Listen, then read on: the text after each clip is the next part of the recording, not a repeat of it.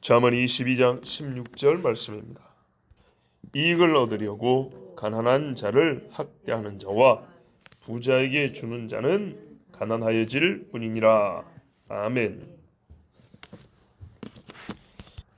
보통의 경우에 사람을 학대하면 범죄자가 되죠. 근데 이 범죄자가 되지만은 그럼에도 불구하고 학대가 가능한 경우, 범죄가 된다는 것을 무시하거나 또는 피해받은 사람이 자기를 학대하는 사람을 고소 고발하기 어려운 경우라고 할 것 같으면 빚을 졌을 때라고 말할 수 있습니다. 돈이나 재물 또는 재산을 빌려주었다면 준 만큼 받는 것이 맞는 것이죠. 줬으니까 내 거를 받아야죠. 거기다가 내가 이 재산, 재물을 갖고 있었다면 활용했을 것이고 거기로부터 얻을 수 있는 이득이 있었겠죠.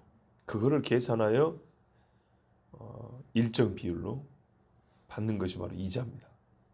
이 돈을 내가 갖고 있었다면 그런 경우죠. 내가 갖고 있을 경우에 투자를 하고 어디 확실한 이득을 얻을 곳이 있었는데 당시 나를 속였다면 이제 그것에 대한 피해 보상도 받게 되죠. 자, 하여튼 사람 가난한 자라고 했으니까 일반 사람인 남이 아니라 경제적인 약자 아니겠습니까? 요 사람을 학대하고 부자에게 줄 수 있다는 것은 나에게 어떤 권리와 권한이 있다는 것인데 대개 이런 경우는 빚준 채권자나 빚을 진 채무자 관계에서 형성될 수 있는 일입니다. 자, 오늘 말씀의 경우는 이렇게 서로 무언가를 주고 받는 혹은 받을 수 있는 권리가 있는 사람에 있어서 자기가 빌려준 것을 되돌려 받는 정도에서 끝나지 아니하고 경제적 약자라는 것을 이용해서 저 가난한 자가 현재 처해 있는 상황이나 지위, 나와의 관계에서 있는 지위를 이용해서 부가적인 이득을 취하려고 하는 것을 고발하는 겁니다. 불법적이며 부가적인 이득을 취하려는 것. 부가적인 이득이 불법적이라면 이건 반드시 악이고 죄이기 때문에 믿는 사람은 이런 일을 하면 안 됩니다. 또 빚을 되돌려 받는 정당한 일을 하더라도 내 것이니까 받아야죠. 그런데 방식과 절차가 역시 불법이라면 이것도 허용되지 않습니다. 그러니까는 내가 얻을 수 있는 돌려받을 것 이상으로 받으려 한다거나 발더라도 불법적인 방식을 취한다거나 그러면 둘 다 세상에서도 아직 죄라고 하고요. 하나님은 이미 그것을 죄라고 말씀하셨습니다. 그가 나의 재물을 재산을 갖다 썼기 때문에 그의 재물과 재산으로 갚아야 되는 것이 맞습니다. 그런데 갚지 못할 경우에 그럼 어떻게 해야 되죠? 빌려준 나는 어떻게 해야 됩니까? 그냥 손해봤다 그러고 가면 된가요? 속 편하게 그렇게 생각할 수도 있죠. 근데 그렇지 않고 내가 끝내 권한을 행사해야겠다 하면 어떻게 해야 됩니까? 누구에게 이걸 받아야 됩니까? 결국 빌려간 사람이죠. 빌려간 사람한테 맞는데 내가 빌려준 그것을 그가 못 내놓습니다. 그럼 어떻게 해야 되죠? 책임은 그에게 있는데 그가 그것을 가지고 있지 않다. 그런다고 책임 소재가 달라지는 건 아니죠. 어쨌건 그가 다른 유형으로라도 보상을 해야 되는 거죠. 다른 유형으로라도. 다른 형태로라도 이 경제적인 가치를 보상해 줘야 합니다. 물질이 스스로 찾아와서 제가 가품이 되겠습니다. 이럴 수는 없는 거잖아요. 그가 보상을 해줘야 합니다. 그러므로 물질을 써버린 사람의 신체를 구속하고 신체적인 수고 또 신체적인 노동, 몸의 움직임, 작용을 통해서 보상이 하는 것은 틀린 것은 아닙니다. 어떻게 받는다는 얘기입니까? 그죠? 그 사람의 신체를 제외하고 어떻게 받는다는 얘기입니까? 우리가 잘 아는 예가 많죠. 돈 없이 짜장면 곱빼기 먹었으면 어떻게 해야 돼요? 비싼 건 아니더라도 식당 청소라도 좀 하고 가든지 설거지라도 한 10분 하고 가든지 그래야 되는 거 아니겠습니까? 그 정도는 우리가 누가 봐도 납득이 되죠. 납득이 됩니다.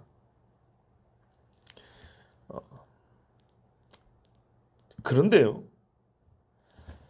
이런 경우 납득이 되지만 책임을 져야 할 사람이라고 해서 우리가 책임 이행을 요구할 수 있는 권한이 있다고 해서 어떤 것이라도 다 책임 이행이라는 명목으로 요구할 수 있는 건 아닙니다. 짜장면을 공짜로 나한테 돈이 있는 것처럼 속이고 먹였으니까 거기에 대해서 내 불쾌감을 좀 포함해서 설거지 1시간 해라. 여기까지는 그래도 납득이 되지만 너 우리 집 짜장면 먹었으니까 들어와서 우리 집 종살이 열을 해. 이거는 심하다는 거죠. 한마디로 물질과 사람을 등가로 보는 관점 내지는 사람을 물질 아래로 보는 그런 시각은 절대로 옳지 않습니다. 근데 현실은 어떠냐 하면 빚을 지면 빚진 자가 갚아야 될 책임이 있지만 그 책임을 못 질 때 바로 그가 무엇인가를 해줘야 되잖아요. 그런데 그 무엇인가를 요구하는 사람의 요구는 나름입니다. 예. 아까처럼 빚의 양에 따라서 우리 집에 와가지고 농사를 한 열을 돕고 가라. 뭐 이 정도에서부터 네 누나를 하나 내놔라. 신장 한쪽 내놓고 가. 이런 식이죠. 아니면은요 인신매매합니다. 성매매 시킵니다. 빌려준 돈을 뽑아내고도 남을 만큼 이득을 취합니다. 그리고 계속 빚을 지게 만듭니다. 그런데 인신매매나 성매매나 노예를 부리는 것 같은 경우는요. 말할까요? 그 사람의 신체의 어떤 기능을 내가 활용해가지고 내가 손실을 본 경제적 그 손실분을 다시 보전받고 찾아내는 것이 아니고요. 그 일을 하면서 동시에 그 사람의 인격을 말살시켜버립니다. 신체도 만신창이가 됩니다. 회복이 불가능할 정도의 폭격을 맞은 정신 상태가 됩니다. 상처라고 하기에는 너무 약하고요. 진짜 갈갈이 찢어버리고 폭탄이 떨어져가지고 엄청난 흙구덩이가 이렇게 패인 것처럼 그 사람의 정신에 메꿀 수 없는 구덩이가 파여져 버립니다. 그 상태를 벗어난다 해도 정상적인 생활이 불가능할 정도로 아주 사람을 몹쓰게 만들어 버립니다. 이런 일이 세상에 얼마나 많습니까? 많습니다. 하나님은 이러한 일을 허용한 적이 없다고 오늘 분명히 천명하신 겁니다. 또 이런 일을 어떤 자가 하냐면 직접적인 채권, 채무 관계에 있는 자만 하는 게 아닙니다. 이 관계를 이용해서 먹고 사는 사람들도 합니다. 부자와 가난한 자 사이에 있는 사람이 있습니다. 부자에게는 아부하고요. 소위 인생 성공을 위해서 한몫 잡기 위해서 가난한 자를 흠씬 두들겨 패고 착취하는 그 중간에 있는 사람들이 있습니다. 딱 어울리지 않습니까? 가난한 자를 학대하고 부자에게 주는 자, 그 사람의 신체, 인생을 넘겨주는 겁니다. 그러니까 이 부자와 이 가난한 자에는 직접적인 이권관계가 없습니다. 나하고 이 가난한 자와 관계가 있어요. 네가 나한테 빚을 졌으니까 내가 너를 마음대로 한다면서 내도 윗사람한테 잘 봐야 되니까 너 저기 가서 종살이 해 이런 겁니다. 연예인들의 성착취에 대해서 많이 들어보셨죠. 본인들이 물론 자기 몸을 바치는 경우도 있지만 또 의외로 원치 않는 해를 당하는 경우도 많습니다. 바로 이런 구조 때문이죠. 가난한 자의 고혈을 뽑아서 부자에게 선물로 보내고 자기보다 더 큰 부자의 그 지위, 권세, 배경을 이용하기 위해서 내 손에 들어있다 생각한 사람을 부자에게 종으로 줘버립니다. 부자의 놀이객감으로 보냅니다. 우리 하나님은 고아와 과부한 나그네를 돌아보신다 그랬고 그들의 원한을 갚아주시는 분이라 그랬습니다. 이런 짓을 하는 사람들의 말과 행위를 하나님이 다 듣고 보고 계셔서 반드시 심판을 합니다. 근데 하나님이 어떻게 심판하냐 했더니 저 지옥 불구덩이 떨어진 건 당연한데요. 이 땅에서도 그들은 결코 부자가 될 수 없다고 그럽니다. 우리가 물론 영화지만 실제로 실화를 배경으로 한 영화가 생각보다 많다는 것을 아십니까? 어떤 경우는 이게 실화를 배경으로 한 것입니다 이렇게 밝히는 경우도 있지만 밝히지 않았어도 실화를 배경으로 한 영화는 상당히 많습니다.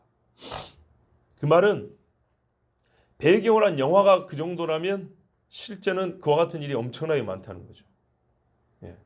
근데 그 많은 실제 있는 일 중에 뭐냐면 의외로 이런 나쁜 짓을 해가지고 망한 사람도 많다는 겁니다. 굉장히 많습니다. 생각보다. 왜 우리가 그걸 잘 모를까요? 사람들은 자기가 성공한 것을 자랑하려고 하지 실패한 걸 말하지 않습니다. 그래서 잘 모르는 겁니다. 누가 뭐 한몫 잡았대, 그거 누가 뭐 어떻게 됐대, 이런 좋은 이야기를 많이 듣죠. 좋은 이야기, 자랑할 만한 이야기죠. 자랑할 만한 이야기를 많이 하고 거기서 우리가 기도 솔깃하니까 다 그렇게 잘 되고 잘 되고 잘 되는 것 같지만 생각보다 그렇지 않습니다. 3대 부자가 없다는 말도 대개는 맞습니다. 저희 동네만 봐도 그래요. 진짜로요. 제가 어릴 때 손에 꼽는 부자들이 있어요. 진짜. 지금 그 중에 남아있는 집은 한 집이나 될까요? 제가 아는 기준으로. 한 집 정도. 저보다 앞선 세대의 온 동네 사람들이 그 집에서 종사를 했다는 집이 있어요. 예. 한 5, 60년 전만 하더라도 그 집에 50년? 60년 좀 약하고 한 70년 6, 70년 전만 하더라도 그 집에서 종사를 했다는 사람들이 증언이 우리 어릴 때 있었어요. 근데 그 집은 이미 저희가 어릴 때도 폐가 있어요. 폐가. 자, 하나님이 이 땅에서 그들을 어떻게 갚으시냐? 가난하여질 뿐이라 그랬어요. 이렇게 나쁜 짓을 해서 이익을 취하려고 한 사람은 가난해진대요. 부자가 되려고 이런 짓을 했겠죠. 자기보다 더 큰 부자가 되고 싶어서.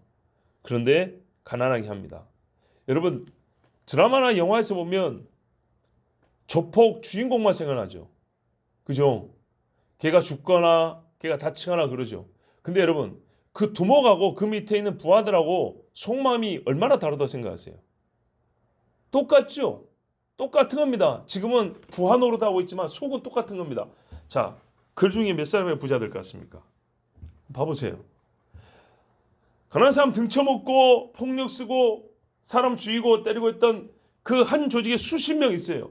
그 중에 한두 명이 소위 간부가 됩니다. 조폭에서도. 전국에 있는 조폭들이 몇 명인 줄 아세요? 그 몇 명 중에서 30대 중반 넘어가면은 친구들, 후배들, 선배들 따르면서 돈 빌려 다닌 지가 얼마나 많은지 아세요? 그 중에 한두 놈이 삐까뻔쩍 외제차 타고 다니는 거예요. 제 중학교 때 사회 선생님이 있었어요. 30대 초반이었는데 그분이 수업 시간에 한 번은 뭔 소리 하는지 아십니까? 지가 옛날이나 주먹 쓰고 다녔지. 보세요. 자기가 30대 초반인데 옛날 이야기라고 했어요. 자기 후배가 자기가 30대 초반이면 후배도 30대 초반이겠죠. 잘해봐야. 그죠? 선생님이 32, 3살 됐으면 이 후배도 뭐 잘해봐야 30살, 31~2살 왔다 갔다 할 거 아니에요. 근데 걔가 벌써 20대 10년 전에는 뭐 나도 한가닥 해보겠다고 주먹 쓰고 다니고 무슨 판이 이러고 다녔는데 30만 넘어도요. 노땅이 돼버려요. 그 세계는. 스포츠 선수보다 수명이 짧아요. 그래갖고 어떻게 됩니까? 아는 사람한테 돈 빌리러 다닌다는 거예요. 그거 갚습니까? 괴롭습니다. 제가 어릴 때 시골에 선배가 있습니다. 저보다 2살 많은데 학교는 1년 선배고요.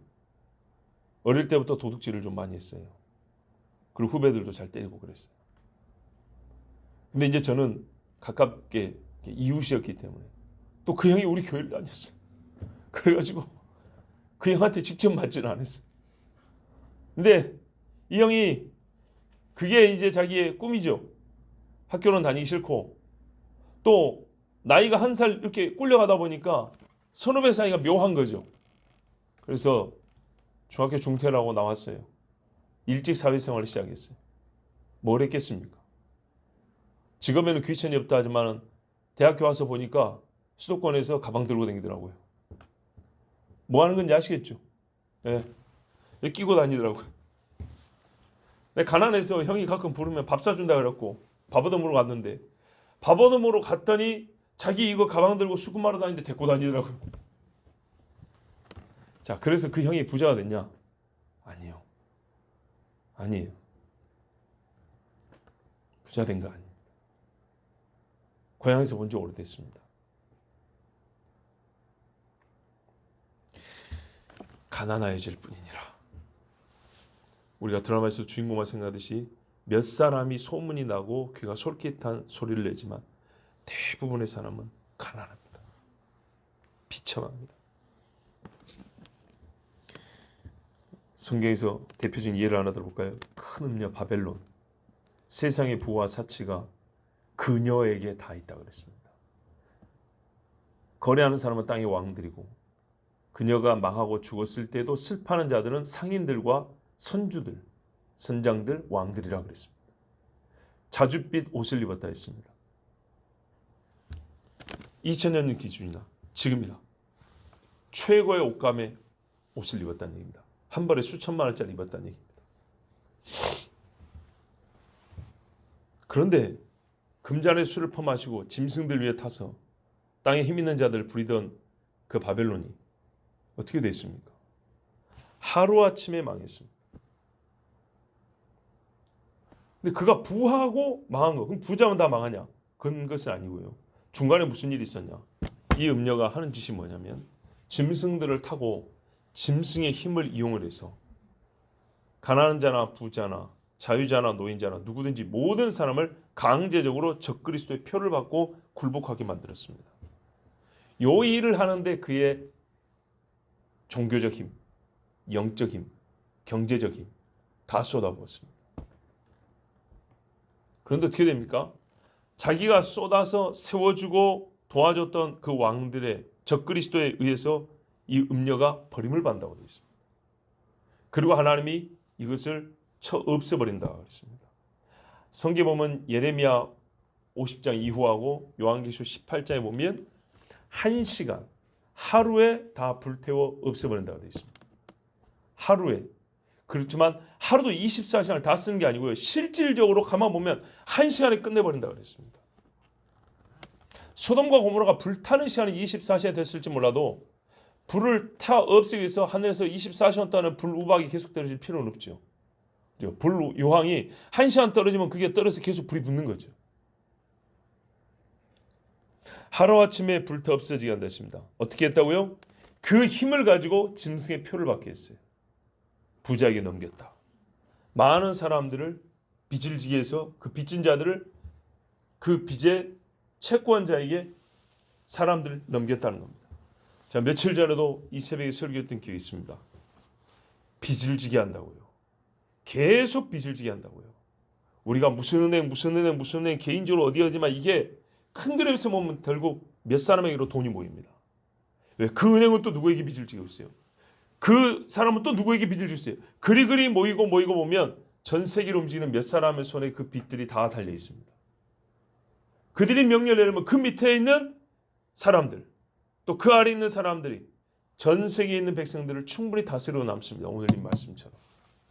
그들이 끝내 자기들의 부를 가지고 악한 짓을 하고 사람의 영혼을 사고 팔기까지 하지만 그들은 가난하게 됩니다. 왜? 하나님이 없애버리니까요.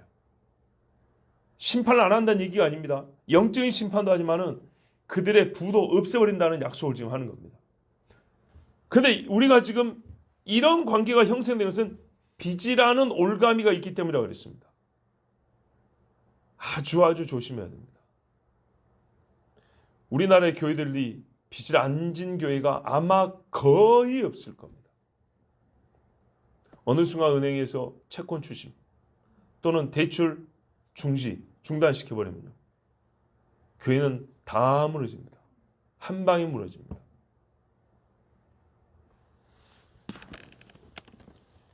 그래서 우리가 하나님은 이 약한 자들을 가난하게 하고 심판하시지만 그 안에 담겨있는 실제 상황을 보면 타인에게 빚을 지게 되면 신체적인 학대를 당하고 팔려가는구나 라는 것을 아셔야 됩니다. 그렇게 됩니다. 하나님께서 끝내 공의로운 심판주께서 이 일을 해결해 주지 아니하시면 빚을 진 자는 그 전까지는 팔려가고 학대를 당한다는 것, 억압을 받고 할 말도 못하고 자유를 빼앗긴다는 사실을 반드시 기억해야 합니다. 가난한 자를 무자비하게 대하는 것도 잘못이지만 가난한 자의 범위를 우리가 조금 확대하여 의미적으로 보면, 이제 이 말씀 우리가 조금 생활 전반에 좀 확대해서 보면, 나에게 약자의 지위에 있는 사람에게 약함의 자리에 있게 된 원인이 조건이 되어서 그를 비인격적으로 대하는 일은 절대 하지 않아야 한다는 말씀도 됩니다. 나하고 어떤 사람의 관계가 요즘 말로 가불이 됐어요. 근데 그가 나에게 의리된 이유가 있어요. 뭔가 잡힌 게 있다는 거죠. 바로 그 나에게 약자의 자리에 서게 된 그 원인, 그것을 조건으로 해가지고 앞에 있는 그 사람을 비인격적으로 대하는 일은 없어야 한다는 거예요. 지금 경제적인 것만이 아니고요. 또 내가 권리를 주장하고 권한 행사를 할 수 있는 사람이 있다 해도 권리와 권한의 근거가 결국 피조물이기 때문에 사람의 존귀함보다 클 수는 없으므로 인간의 존엄을 무시하고 파괴하는 행위는 결코 허용되지 않는다는 것을 잊어서는 안 됩니다. 자, 보십시오. 내가 권리, 힘을 행사해서 이익을 취할 수 있는 자격이 있어요. 권한, 내게 있는 이 힘으로 누군가를 이렇게 약간의 지배할 수 있고 상황을 컨트롤할 수 있는 그런 능력, 자격이 주어졌어요. 그런데 그것들이 나에게 주어질 때 전부 다요, 우리가 물질 세계에 살기 때문에 기껏해야 그것은 물질의 차원이에요. 물질의 차원. 근데 그것을 행사하기 위해서 그 위에 있는 인간의 존엄성을 무너뜨리고 부정하면서까지 나에게 권한 행사의 원인이 된 물질적 차원을 넘어가면 안 된다고요. 예. 내가 이 힘 있게 된 거는 물질적 차원에서 얻어놓고 이걸 행사할 때는 영적 지배를 하겠다. 인격적 지배를 하겠다. 이러면 안 된다는 얘기입니다. 거꾸로 우리가 영의 지배가 가능한 경우에도 불구하고 기껏해야 물질적인 세계에서만 산다면 그 또한 안타까운 일입니다. 자, 여러분, 만일 어떤 사람이 세상이 주는 이익을 얻고자 하나님의 형상인 사람을 물질처럼 대하는 사람이 있다면 그는 자기 행위로 얻은 모든 것을 잃을 것이고 자기 죄로 말미암아 땅의 깊은 곳으로 던져집니다. 이것이 하나님의 약속입니다. 반드시 가난하게 될 것이다. 그런데 우리가 더불어서 기억할 것은, 그렇구나, 하나님이 그렇게 하시지만 우리가 이 말씀을 듣고 보다 지혜로운 사람이 되려면, 가난이 죄는 아닙니다만은 누군가가 나를 학대하고 나를 팔아버릴 수 있는 힘을 갖지 않도록, 그런 빌미를 제공하지 않도록 우리가 빚 없이 사는 것이 지혜로운 것이구나. 불법을 행하지 않는 것이 지혜롭구나. 이것을 우리가 더불어 깨달을 수 있습니다. 기도하겠습니다.